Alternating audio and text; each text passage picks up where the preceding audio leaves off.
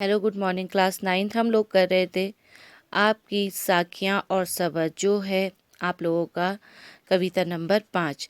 ये कबीरदास जी ने इसे लिखा है, ठीक है ना। तो कबीरदास जी के जीवन परिचय के बारे में मैं आप लोगों को कल बता चुकी हूँ। मैंने आपको पहले भी कहा था उनकी जन्म की डेट और उनके मृत्यु की डेट और उनके द्वारा रचे गए जो किताबें हैं उनके नाम आप लोगों को याद करने हैं। तो उम्मीद करती हूँ आप लोगों ने वो किए होंगे। अब आपके यूट्यूब एग्ज़ाम की भी डेट आ गई है, तो आप लोग घर पे अच्छे से इसका रिवीजन कीजिए। देखिए, जो आपका ये कविता नंबर 5 है उसमें एक पार्ट है साखियाँ और दूसरा है सबद। साखियाँ में आपको क्वेश्चन आंसर कुछ दिए गए हैं और कुछ दिए गए हैं सबद में। तो आज हम जो साखियाँ में प्रश्न उत्तर दिए गए हैं उनको करेंगे। पहला प्रश्न है आप लोगों का, मानसरोवर से कवि का क्या आशय है। मतलब मानसरोवर का मतलब क्या है।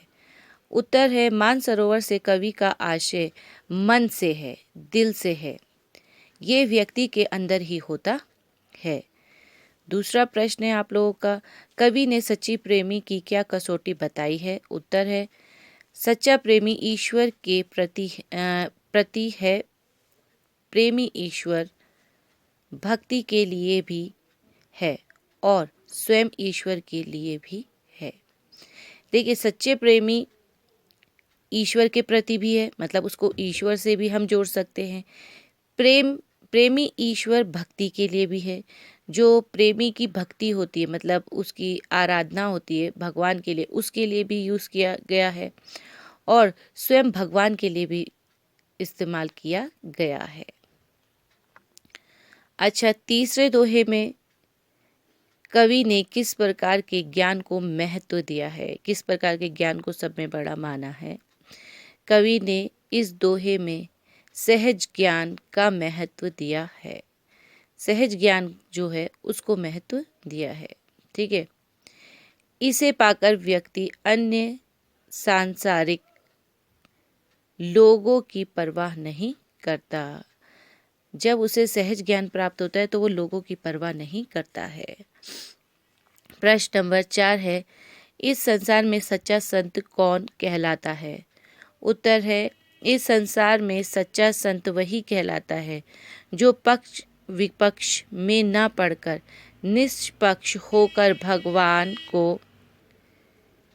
को याद करता है, जो पक्ष विपक्ष में नहीं पड़ता है और भगवान का ध्यान करता रहता है, वही सच्चा प्रेमी कहलाता है।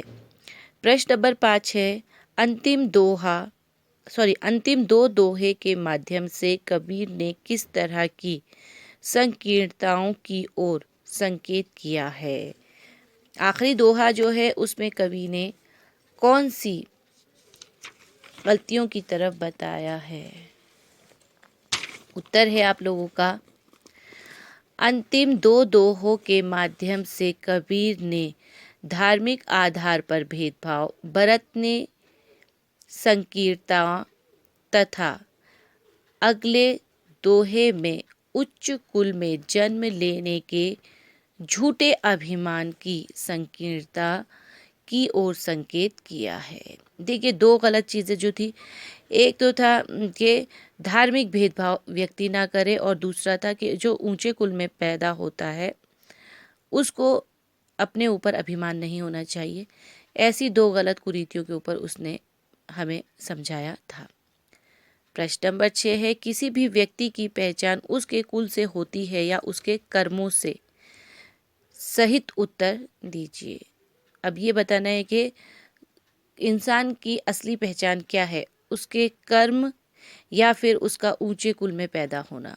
उत्तर है किसी भी व्यक्ति की पहचान उसके कर्मों से होती है, ऊंचे कुल में जन्म लेने से नहीं। व्यक्ति के कर्म ही उसे लोकप्रिय बनाते हैं। बात यह है कि भाई इंसान ऊंचे कुल में, मतलब बड़े खानदान में पैदा हो गया, उसके कर्म अच्छे नहीं हैं तो उसकी कोई पहचान नहीं है। तो असली पहचान तब होती है जब उसकी कर्म अच्छे हैं, उसका किया हुआ काम अच्छा है। प्रश्न नंबर 7 है, काव्य सौंदर्य स्पष्ट कीजिए। हस्ती चढ़िए ज्ञान के सहज दुलीचा डारी, स्वान रूप संसार है, फूकन दे झक मारी। देखिए, दोहे में पूछा गया, हस्ती चढ़िए ज्ञान के सहज दुरीचा डारी, स्वप्न रूपी संसार है, फूकन दे झक मारी। व्यक्ति को ज्ञान की सवारी करनी चाहिए। कवि ज्ञान को सर्वोपरि मानता है और संसार के लोगों को हंसी उड़ाने वाला बताता है। मतलब कवि के अनुसार हमें ज्ञान की प्राप्ति होनी चाहिए। मतलब हमें हर चीज़ का ज्ञान होना चाहिए। लोग तो संसार के ऐसे हैं कि एक दूसरे का मजाक उड़ाते ही रहते हैं। अगर ज्ञान होगा तो इंसान किसी से भी पीछे रह नहीं सकता। तो आज हमने साखिया का रिवीजन किया है, इंशाल्लाह कल सबत का करेंगे। तो बच्चों घर पे रहिए, सेफ रहिए और रिवीजन जो है अपना करते रहिए। ओके, खुदा हाफिज़।